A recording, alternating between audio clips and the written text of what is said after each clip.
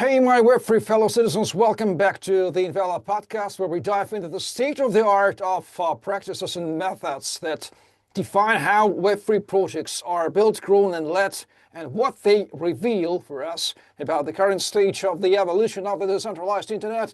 I'm your host, Eugene CryptoMC, and today I am sitting with Shashank. He's a cybersecurity guru, I would say. He's co-founder and CEO of CredShields. He's building SolidityScan.com, a cloud-based smart contract security scanner. And needless to say that you may find all the links in the description. So, Shashank, thank you for coming to our podcast. It's great to have you on. It's a pleasure, Eugene. Thank you for inviting me. So let's start with your journey in Web3. It's always interesting how our guest came into Web3. So your story in Web3, how he came to Web3 into cybersecurity as a specific realm of this amazing journey. Yeah, it's a very interesting story. I got into this by an incident. So I was a part of army school. I was doing, I think I was in standard 8, so middle school that time. And that time, it's like Orkut was a very fancy thing. Like people would love Orkut. That was the first social media, I think, popular social media, I guess. And during, like, I was in boarding school, so during my during my vacation, we used to, like chat on Orkut with my basketball team captain. And one day he did not come, and we were surprised, like what happened. 2 days back, he comes with a new ID, and he said that his account was hacked. And that's where my first curiosity came in. I was like, how it can happen that someone can know my password? Then we figured out it was a phishing link, and then I learned to create my own like phishing link and everything. And then there was a stop. But then I was reading a book, and then I got to know that apart from phishing accounts, actually websites can also be hacked. And that's where it's like I got into web hacking. And then I heard that, okay, it's like if you find bugs in popular programs like Google, Facebook, Mozilla. That time there were hardly 5 or 6 of them. Facebook, so they actually pay you and then mention your name in their security hall of fame page. And that's where my journey into ethical hacking started. That was almost 3 years after the phishing incident. And after that, I did not stop. I was 14 when I found a cross-site sifting vulnerability in Google, and I was listed in their security hall of fame page with the reward. Then it was PayPal, Coinbase, Twitter, Microsoft, Facebook. Some of my finest work was 30 days in Apple iOS 10.3, which allowed me to remotely shut down anyone's iPhone. And I've been listed in Apple Security Hall of Fame page as well. So this is how I got into it's like Web2 security. Then there is another story how I got into Web3 and also.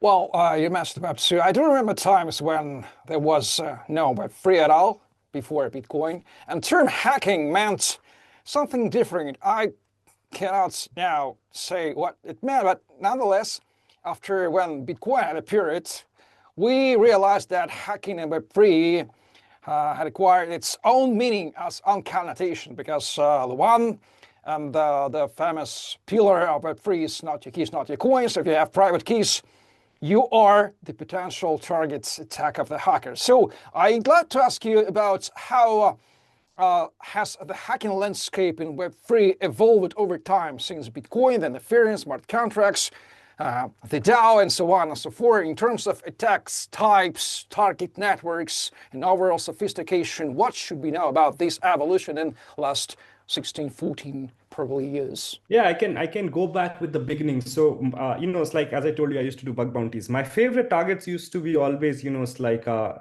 companies who have responsible disclosure program, of course.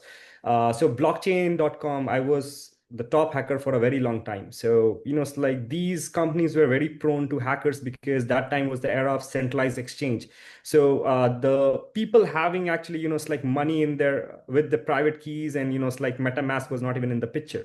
So that time the attackers landscape was very different. They would try and hit on exchange, like Mt. Gox happened, and then it's like multiple exchanges fell. And then it's like they started out giving huge bounties. I remember Coinbase would, like, it was 2015, and Coinbase gave me like 5 Bitcoins per bug, although that time 5 Bitcoins were very less. But still it's like centralized exchange became very it's like targeted, and then they started having security programs and everything. Later on, 2017, 18, especially after DAO hack and everything, these hackers figured out that, like since even with centralized exchange, what people started doing was, the hot wallet will have certain, like very like 10% of the total, like volume they have, and rest was stored in cold storage. So the new attack vector became smart contracts, because there is no cold storage there. Every money is there in the TVL logged. So and smart contracts, since it was a newer programming language, the developers were not very security aware. So they started compromising smart contracts. Later, recent shift, what we have seen is the hackers have started, compromising people. So and this is a pattern which we saw in the Web 2 world as well. It's like when bigger companies started having, regular pen testing, bug bounty programs, etc., the hackers started targeting humans, because you can patch a code, but it's very hard to patch a human being. So so this is what we have seen these days. Like, for example, this year itself, we have crossed like 3 billion plus in hacks this year. Last year it was 1.7, last year it was 1.5. And if you count about last 2 years, almost 55% of the vulnerabilities were in the smart contract. But this year the percentage is less in smart contract and more on, um, you know basically compromising an employee, or phishing, or compromising their web. So again, this is obvious, because every company started getting their smart contract audited by, 10 auditing firms, 5 auditing firms. So it was much more secure. But the thing with hackers is, it's very beautifully explained that, developers and companies, when they hear about something, okay, this is the entrance, they focus on, hardening the locks. But then if you keep the windows open, then the hackers would choose that. So that's the landscape right now. Well, I do remember when I entered Web3 space in 2017 and the famous ICO boom. We were concerned with the mantra of mass adoption. We talk about mass adoption, mass adoption, mass adoption would come. And now I think probably we have already entered in the safe space stage of mass adoption. Right now, all the countries, starting with the USA, are producing their own stable coins. What is this as not mass adoption? This is how mass adoption look like. And probably you don't like this kind of mass adoption. I'm probably not, but nonetheless, this is the reality. So I'd love to ask you about, how do you see this mass adoption stage where dozens of millions, probably hundreds of millions of people are using crypto, mostly centralized in custodial way, which is not philosophically correct, but nonetheless, probably is mass adoption techniques different? Is a potential Trojan horses for security risks? So how these risks have they increased with the so-called mass adoption right now? So mass adoption, I think, every cycle we have been talking about if crypto will survive, this cycle or not, this bear market or not. But eventually, when institutions came in, now that is not even a question. It's like crypto is here to be, like, it's going to be here forever. Coming to, there has been a lot of different opinions, and this is what my personal opinion is. Crypto came to solve a problem which centralizations did not. Like, example, if a bank goes bankrupt, your money is stuck and you can't do anything about it. That's the reason we came up the concept of decentralization, transparency, everything on chain, etc. But then it also became a free market, right? Free market without any regulation. So people started, scamming each other. And I think um, right now, even for the adoption and scaling of this industry, the biggest hurdle is scams behind the blockchain projects. Because, the traditional people still believe that, oh, there are too many scams and this is not how we work. So my opinion is that, there will be a middle ground which will come to. Ideally, everything happens like that. There was certain way which people did not like. Then people came with the concept of decentralization. But again, that was too much freedom. So eventually it will be combined where it will be still transparent, but still partially, centrally, maybe commanded, so that eventually, we have a better, technology which is used by everyone and nobody gets scammed. So that's what my belief is, that that's where like we'll see scaling of this mass adoption we are talking about. Before I will ask you about what should we know about CredShields and SolidityScan, I'd love to mention to our viewers that we should not forget that every scam must be perceived at first as the combination of technology, which is neutral, of course, and the people's scammer intent. And the second factor, which matters first, the people's intent. What does a hacker want? Why does he or she uses this type of neutral technology, probably as standard technology or sophisticated technology, for scamming you? Because scams, there are dozens of them, thousands of them, and everything is based on technology. Letters, phones, television, fiat banking systems, kinds of scams with technology with somebody perceived as sort of traditional. I hate that we say traditional finances. Fiat money fraud cannot be mentioned as a traditional. Traditional was gold, not fiat. But this time in our story, let me dive into CredShields, your project. What should we know about CredShields and SolidityScans.com? How these services work, for whom they have been useful for? So yes, I mean, it's like the company started, when I was working at Avalanche. So my first company, Web3 company, where I started working officially as it was Avalanche. I was there for hardly 4 or 5 months.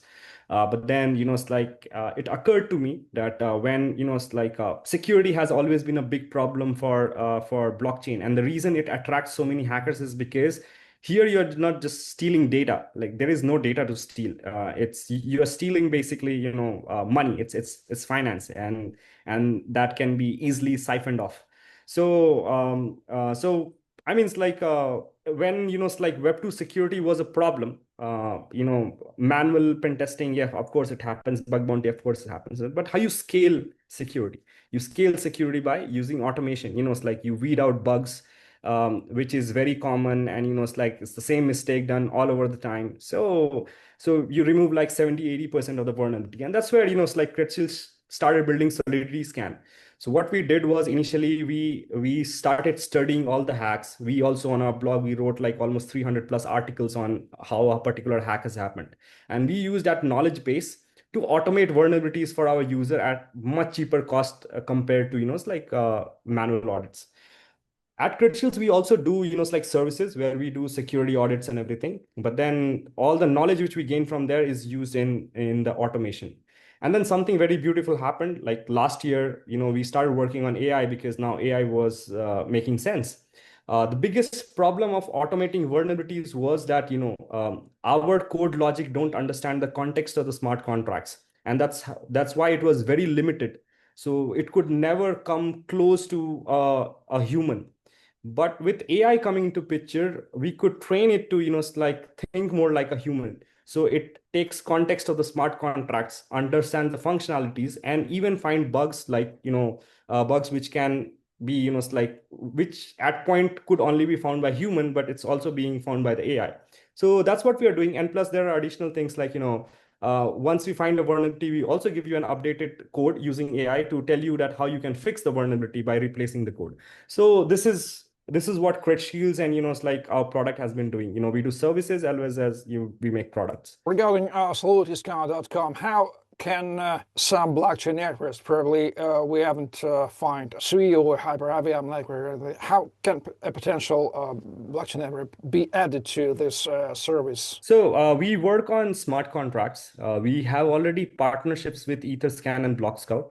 So if you verify your contract on any of the, like any on the, Explorer as a service, we have a direct integration where you can see the security score on their platform, as well as, you can come to our platform. Well, so you mentioned AI and you explained how you use AI.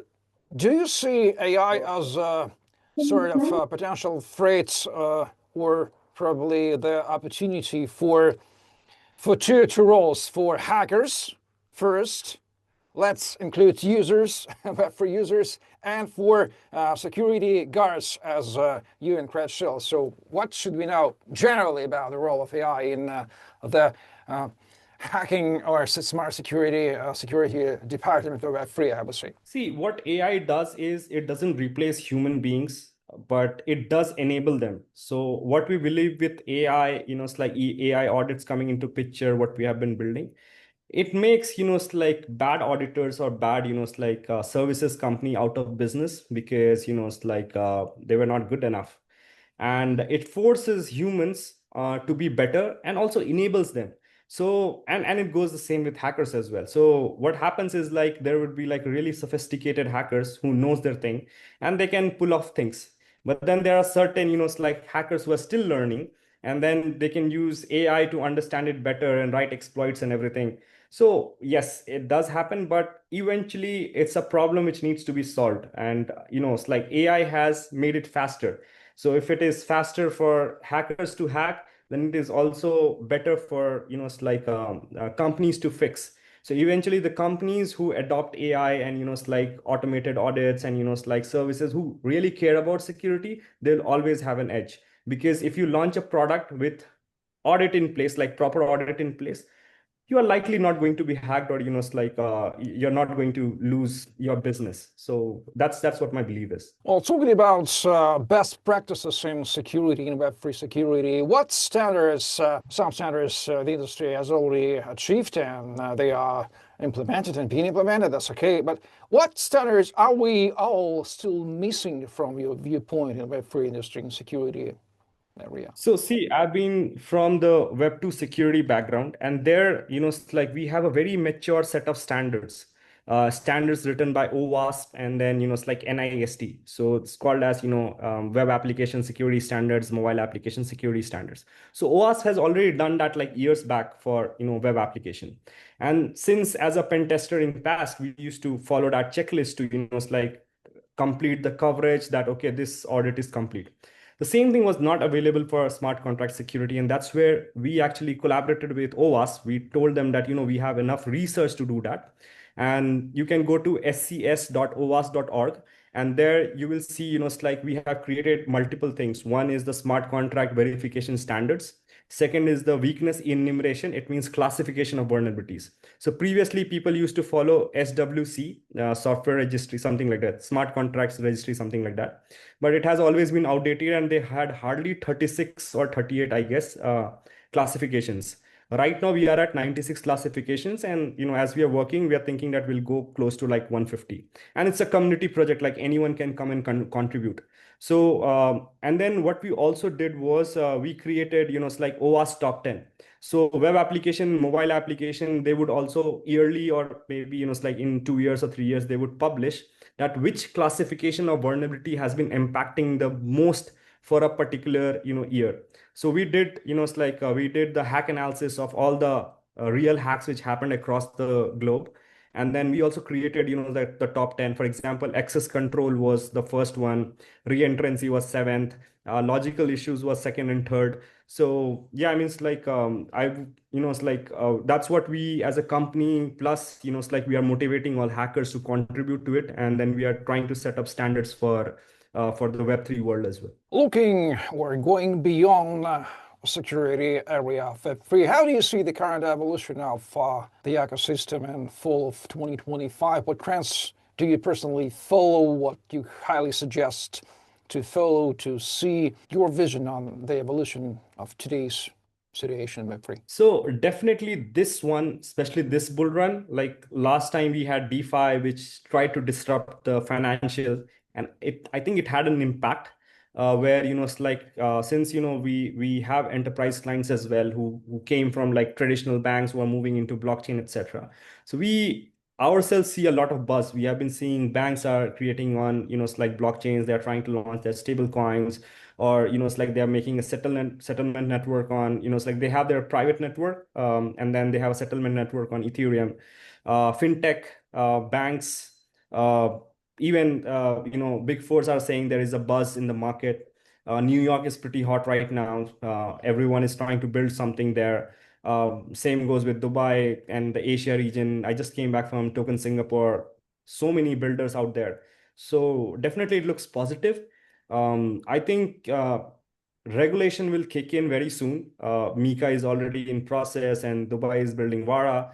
I think that will eradicate all the scams happening around, so that the beautiful tech of blockchain would prosper. And with institutions, the volume will also come in, adoption will also come in. So the future looks bright. Well, so you mentioned talking 2049, you have just returned there. Some words, some impressions. What impressed you most of all on this amazing event? So yeah, I mean, my biggest take from Token 2049 was, and this was my personal experience as well. One of my ex companies where I used to work, it was a trading platform, options trading platform, and then it's like they were also there, which was surprising because they had nothing to do with the blockchain world. And we met similar people, it's like who were in traditional business. They're exploring blockchain and they are thinking to make decentralized products. So the awareness is going on, and especially with the institutions coming in, big companies are moving towards tokenizations, RWA, etc., etc. So RWA was pretty hard there, and then it's like traditional companies trying to move into tokenization and doing something in blockchain. That is something that impressed me rather than meeting the same old people who is in the industry for a very long time. Well, let's take two major categories of Web3 inhabitants. First, projects and founders, people who build products, and second, which the vast majority of them are users, different users, starting with simple users and then sophisticated users.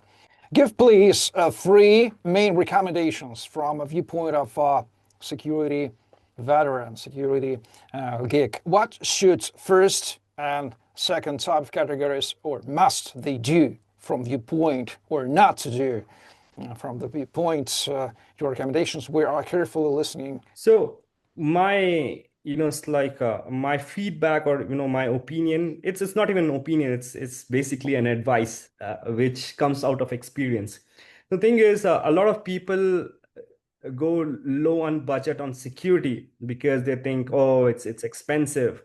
But the real expense comes into picture when you get hacked, and that's when you realize that saving those $1,000 was not worth it because you're losing on millions.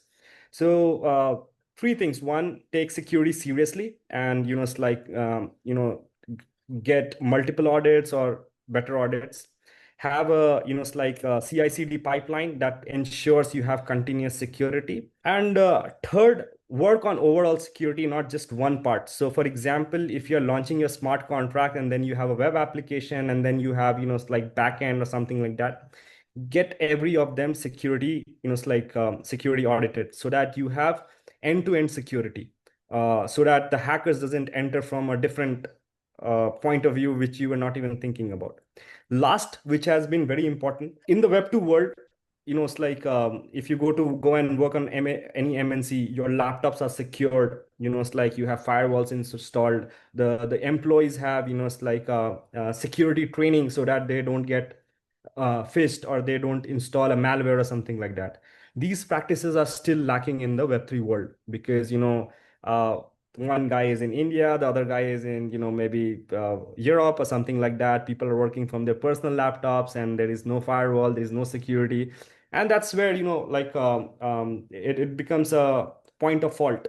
And recent few hacks like the Bybit and others like the Coin DCX in India, these have been the results of that some employee was compromised. So yeah, overall security means not only the product but also the humans involved in the company. So that would be my advice. Well, let me add to our viewers, if you come to Web3 from Web2, just try to understand that philosophy of Web3 is quite different from Web2. There's no centralized keepers and not your keys, not your cards. It's very simple. Is anything, Shashank, important that you would like to add finally in the end of our episode, which we didn't mention previously? Well, I think it's like the best thing to it's like make to remove bad hackers or bad actors is awareness. It's like if people are aware enough, the attack vector of a malicious attacker reduces on its own. It's like if I'm well aware enough that okay, these are the attack vectors where hackers attempt to steal your private key or try to compromise you, you will automatically be much safer. And for that, it's like we as a community, because when we talk about decentralization, we talk about community. I feel it's like it's also the work of community to spread awareness and it's like avoid these things and spread knowledge. So that would be my take, that it's like we spread more words about security and its practices. Well, guys, that's all for today's episode of the Invalid Podcast, where we have explored the state of the art in Web3 security practices and methods, and try to understand the current stage of the evolution of this decentralized internet.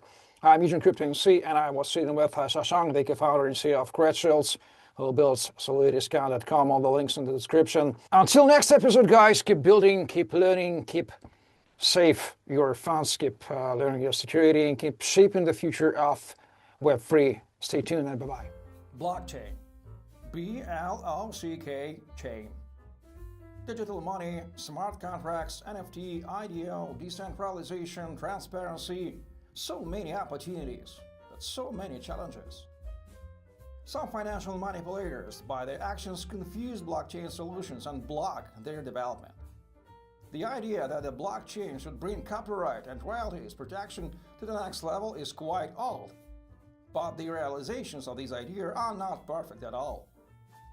There is another problem of determining the value of a particular cryptocurrency or NFT. These and other problems need to be solved. Fortunately, the blockchain infrastructure is evolving. My name is E, Mr. E, and I represent the Envelope project. Many things have already been invented in the blockchain today.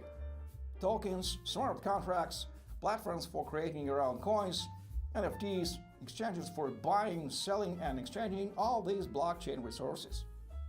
Envelope is another step in the development of crypto technologies. The protocol that works with NFT and cryptocurrencies. The idea is simple but disruptive. Let's assume you have an NFT, Bitcoin and Ethereum. Using the Envelope protocol, you can wrap the original NFT accompanied with several tokens. Technically, you get a similar NFT, but what is the breakthrough here? Once wrapped, the token has a number of additional features that were not available before. The minimal cost appears. It is provided with coins wrapped together with NFT. An asset wrapped with Envelope has a number of properties that allow the original author to receive royalties from the resale of that asset. Various rules can be applied to the wrapped token. For example, a lock period for unwrapping. It secures the asset till the determined moment or safeguards it from speculation during the hype period. At the same time, wrapped tokens can be transferred and traded. These are just some of the scenarios for using Envelope. NFTs become more popular, and the tools provided by Envelope expand the opportunities of NFTs utilization. Wide application possibilities are achieved due to the fact that, in addition to the protocol, the project includes a number of subsystems.